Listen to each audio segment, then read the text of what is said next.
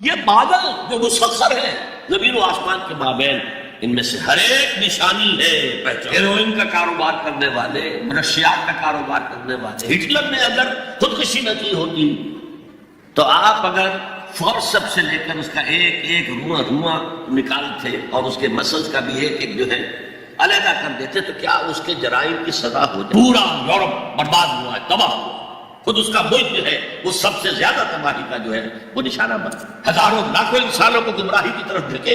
ایک دنیا، ایک عالم اور ہونا چاہیے، اور وہ ابدی ہونا چاہیے تاکہ پوری بھرپور سزا ملے اور پورا بھرپور اجر دیا جا سکے۔ کہ سب سے پہلے ایمان باللہ کو کلیتاً فطرت پر، اسی لیے کانٹ نے یہ ثابت کیا، ایک کریٹیک آف پیور ریزن اس کی کتاب جس نے ہنگامہ پیدا کر دیا تھا پورے یورپ میں۔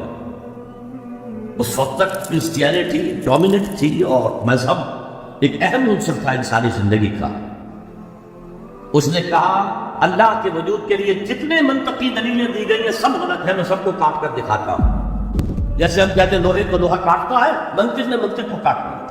There's no logical reason to prove the existence of God. A critique of pure reason، میں نے کہا تھا pure reason، عقل خالص جو فطرت سے رہنمائی نہیں لے رہی۔ وہ فلسفہ جو ہے اس کی منزل کیا ہے؟ گنوسٹسزم یا اسکیپٹسزم، لاحدریت یا ارتیاحیت۔ پھر اس نے ایک کتاب لکھی بعد میں، کریٹیک آف پریکٹیکل ریزن۔ اس نے کہا کہ عملی طور پر انسان اخلاق حسنہ اختیار کر ہی نہیں سکتا جب تک کہ خدا کو نہ مانے۔ یہ نیسیسٹی ہے انسان کو کہ مانے۔ علامہ اقبال نے اس کو تسلیم کیا ہے کانٹ کے اس نعرے کو، اور ان کی کتاب ہے reconstruction of religious thought in Islam, کہ کوئی منطق کی دلیل خدا کے وجود کو ثابت نہیں کر سکتا۔ متکلمین نے کوششیں کی ہیں لیکن دلیل کو کاٹ دیتی ہے، منطق کا توڑ کر دیتی ہے۔ وہ صرف قرآن میں لفظ آیت استعمال کیا جو میں نے بیان کیا تھا۔ اس کائنات میں ہر شے اللہ کی نشانی ہے۔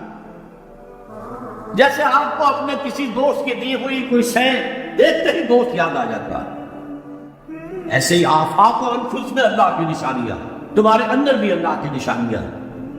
ذرا توجہ کرو، آفاق کو دیکھو، آنکھ فلک دیکھ، زمین دیکھ، فضا دیکھ۔ افلا ينظرون الى الابل كيف خلقت والى السماء كيف رفعت والى الجبال كيف نصبت والى الارض كيف سطحت فذكر انما انت مذکر۔ کیا یہ دیکھتے نہیں، غور نہیں کرتے اونٹ کو کیسے پیدا کیا گیا، کتنا اپنے ماحول کے ساتھ مناسبت رکھتا ہے، 7 دن نہ کچھ کھانے کو ملے نہ پینے کو ملے، اسے کوئی پرواہ نہیں۔ اس صحرا میں کو صحرا کا جہاز، وہ دیکھتے نہیں آسمان کیسے بدل کر دیا گیا، دیکھتے نہیں پہاڑ کیسے گاڑ دیے گئے، دیکھتے نہیں زمین کیسے پھیلا دی گئی۔ اے نبی آپ یاد دہانی کرائیے، یہ نشانیوں کی طرف متوجہ کر دیجئے، آپ سوائے یاد دہانی کرانے والے کے اور کچھ نہیں ہے۔ آپ کے ہاتھ میں اختیار نہیں ہے کہ آپ اللہ کو منوا لیں، یہ تو تمہارے اندر سے فطرت سے ابھر کر گواہی آئے۔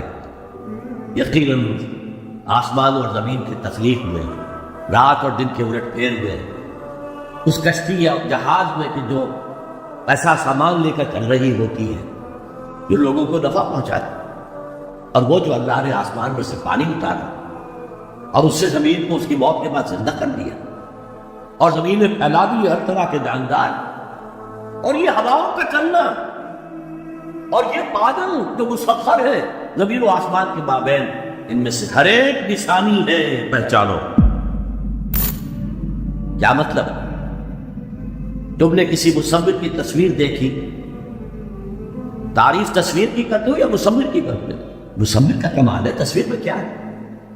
ہاں وہ اپنے منہ سے بول رہی ہے، اپنی زبان حال سے اپنے بنانے اپنے مصور کی تعریف کر رہی ہے۔ تو کائنات کا ذرہ ذرہ اللہ تعالیٰ کی نشانیوں پر ہے۔ یہ جو سبز درختوں کے پتے ہیں، ایک نگاہ ہوشیار جو کہ ان کی حقیقت کو پہچان سکے، اس کے نزدیک ہر پتا معرفت کردگار کا ایک بہت بڑا دفتر، اور آج ہمیں معلوم ہے ہر پتا ایک فیکٹری ہے، فوٹو سنتھسس کا عمل اس میں ہو رہا ہے۔ شیخ علی حجویری رحمۃ اللہ علیہ، جنہیں داتا گنج بخش کہا جاتا ہے، اگرچہ یہ لفظ نہیں کہنا چاہیے، انہوں نے کتاب کا نام کیا رکھا؟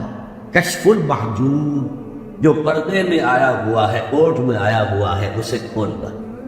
تم اوٹ میں ہو، تمہارے اندر موجود ہے اللہ کی معرفت، البتہ اس کا ایک نتیجہ یہ نکلنا چاہیے اب تمہارے لیے محبوب ترین ہستی اللہ ہو جائے۔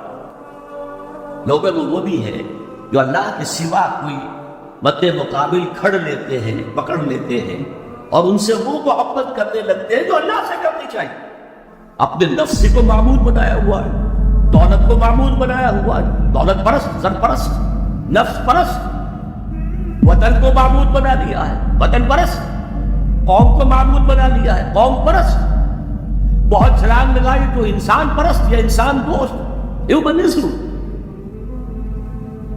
اور اس کو پوج رہے ہیں، اس کے لیے بھاگ دوڑ کر رہے ہیں۔ وَمِنَ النَّاسِ مَن يَتَّخِذُ مِن دُونِ اللَّهِ أَندَادًا يُحِبُّونَهُمْ كَحُبِّ اللَّهِ وَالَّذِينَ آمَنُوا أَشَدُّ حُبًّا لِلَّهِ، جو اللہ کو مان لیتے ہیں اور پہچان لیتے ہیں، ان کی شدید ترین محبت اللہ کے ساتھ ہے۔ عقل نے فیصلہ کیا یہاں کوئی شے بے مقصد نہیں، نتیجہ خیز۔ فطرت کہتی ہے نیکی نیکی ہے، بدی بدی ہے، اور ہونا تو یہ چاہیے کہ نیکی کا صلہ نیک ملے، اچھا ملے، بدی کا صلہ برا ملے، عقل کہتی۔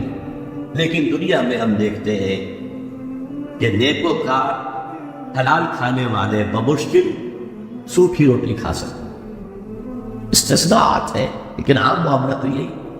حرام خور، دھوکہ دینے والے، سودی کاروبار کرنے والے، ہیروئن کا کاروبار کرنے والے، منشیات کا کاروبار کرنے والے، انسان کے صفری جنسی جذبات کو بھڑکا کر آمدنی حاصل کرنے والے وہ عیش کر رہے ہیں۔ تو اصول تو یہ ہے کہ گندم گندم میں رویت، جو سے جو، گندم سے گندم اگنی چاہیے، جو سے جو اگنا چاہیے۔ یہ کیا ہو رہا ہے؟